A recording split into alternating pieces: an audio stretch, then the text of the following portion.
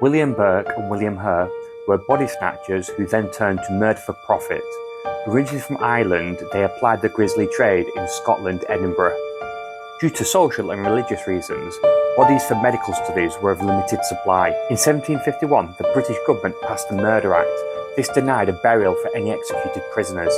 Whilst this did increase the supply of bodies for medical studies, the expansion of medical education meant that the demand for corpses and bodies to study far outstripped the available supply. It was no secret that at the time medical schools were prepared to pay good money for fresh corpses. Burke and Hare met at Tanner Close. Hare was running a boarding house, and the two struck up a friendship there. One of Hare's elderly lodgers, old MacDonald, died of natural causes.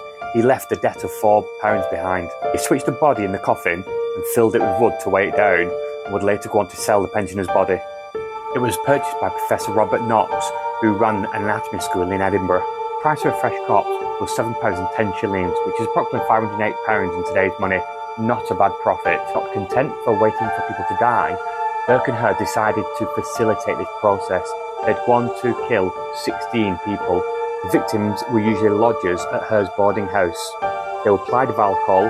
Hare would proceed to smother them, whilst Burke would lie across the bodies, restraining them. But how much did Professor Knox know? Burke and Hare would go on to kill a gentleman called Jamie Wilson, who was known locally as Daft Jamie. Medical students recognised the body.